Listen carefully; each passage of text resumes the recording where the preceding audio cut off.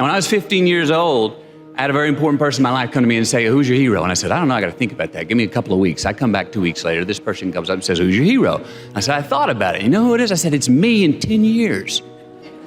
So I turned 25, 10 years later. That same person comes to me and goes, so are you a hero? And I was like, not even close. No. She said, why? I said, because my hero is me at 35. So you see, every day, every week, every month, and every year of my life, my hero is always 10 years away. I'm never gonna be my hero. I'm not gonna attain that. I know I'm not. And that's just fine with me because that keeps me with somebody to keep on chasing. So to any of us, whatever those things are, whatever it is we look up to, whatever it is we look forward to, and whoever it is we're chasing, to that I say amen. Don't half-ass it. Well, that never goes out of style, does it? I mean, think about it. If you're gonna do something, if you've chosen to do something, whatever it is, easy, hard, if you give it your all and you don't half-ass it, win, lose, draw, get what you want, don't get what you want, whatever the outcome is, if you don't half-ass it, at least you're not gonna have to wonder, oh, would the outcome have been different? What if I did give it my all? Wondering that is what keeps us up at night. Life is not easy. It is not. Don't try to make it that way. Life's not fair. It never was. It isn't now, and it won't ever be. Do not fall into the trap, the entitlement trap, of feeling like you're a victim. You are not. Get over it and get on with it. And yes, most things are more rewarding when you break a sweat to get them. You see, happiness demands a certain outcome. It is result reliant. And I say, if happiness is what you're after, then you're gonna be let down frequently, and you're gonna be unhappy much of your time. Joy is not a choice. It's not a response to some result. It's a constant. Joy is the feeling that we have from doing what we are fashioned to do, no matter the outcome. So the question that we gotta ask ourselves is what success is to us, what success is to you. Is it more money? That's fine. I got nothing against money. Maybe it's a healthy family. Maybe it's a happy marriage. Maybe it's to help others, to be famous, to be spiritually sound, to leave the world a little bit better place than you found it. Continue to ask yourself that question. Now, your answer may change over time, and that's fine. But do yourself this favor. Whatever your answer is, don't choose anything that will jeopardize your soul. Prioritize who you are, who you want to be, and don't spend time with anything that antagonizes your character. If life was nothing but green lights and we didn't have yellows and reds, things that make us pause, hardships, crises, times for introspection, then what the hell would it all be for? We need the yellows and the reds. That's how we evolve. That's how hopefully there's some ascension to our being. That's how we give some credit to time and growing older. If we were the same person today that we were 20 years ago, then what are we really doing in this life? What's it really all about? What's it really matter to show where we failed? If anything, I would say to my 15-year-old self, go fail more. If anything, I would say to you, go fail more. Forget them. Those people on the sideline that are saying the thumbs down or calling you something or being snarky, they're on the sidelines for a reason. We're all destined to have to do the thing that we fear the most anyway, at some point.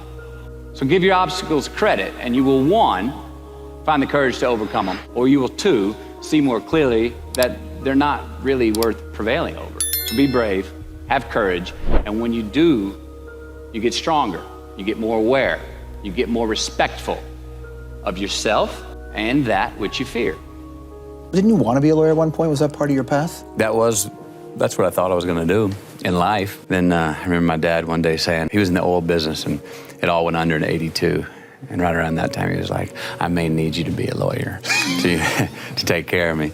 Anyway, I went to University of Texas, was headed towards, I wanted to be a criminal defense lawyer. And then it was around the beginning of my junior year where I just wasn't sleeping well with the idea of graduate, go 4 more years, law degree, get out at 28, make an imprint in society, and you're already 30. Right. I didn't want to miss my 20s really trying to practice whatever it was I wanted to do, and switched my path, went to film school.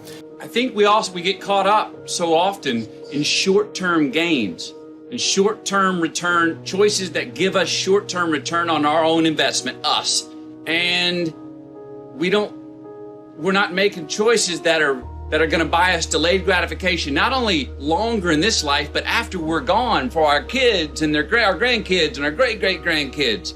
It's all a process, is what I'm hearing from that, how I'm choosing to take that line. It's all a process. Enjoy the process. You do not ever get there. That's the point. That keeps it a game, because if you got there, the game's over.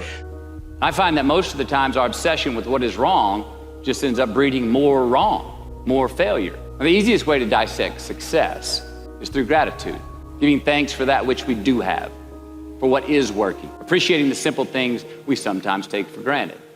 We give thanks for these things, and that gratitude reciprocates, creating more to be thankful for. It's really simple, and it works.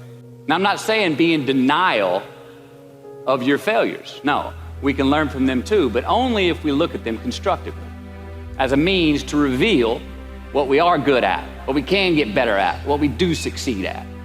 I need some resistance. Yes. You know, and look, and I think there's very healthy ways to create resistance in our lives when we are on so-called easy street. Yeah. That maybe we're not challenging ourselves in the right way. You know, that we need to create resistance to overcome it, to feel most alive.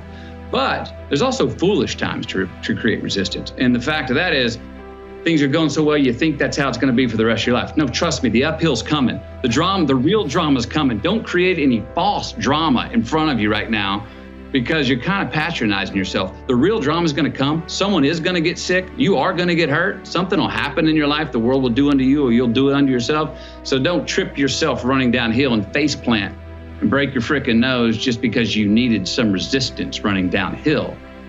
Unbelievable. All right, it's my least favorite word. I think we should wipe it out of the dictionary. Why? What's so unbelievable about tragedy, about triumph, about people that raise us up or let us down? It happens every single day. We shouldn't think that the most beautiful sunset or the greatest play or the greatest love of our life or the greatest moment of euphoria is unbelievable. Believe it. It's happening right in front of you, in you. We shouldn't feel like the greatest tragedy of death or earthquakes or natural disasters or loss is unbelievable. It's part of life too. Believe it. We see it happen every day. Awesome, horrible, incredible. I believe those. But unbelievable? Nah, it just happened. Believe it. To actually have true freedom, we have to be responsible, more responsible for certain things, for ourselves, who we are. Constantly investigating and interrogating our better selves to say, I'm going to be a little bit better at this tomorrow, knowing that we never land. There's no ta-da moment. And that is one thing I think we all got to watch, because we all are so result oriented. Oh, if I keep doing this, I'm going to get to that place of pure enlightenment. But there's no ta-da moment. We're always chasing yet. And if we can get comfortable and understand and laugh at and be ready to work hard at the fact that we're all just, if we could just say, we're all just achieving our way to the unachievable. And that's as good as it gets.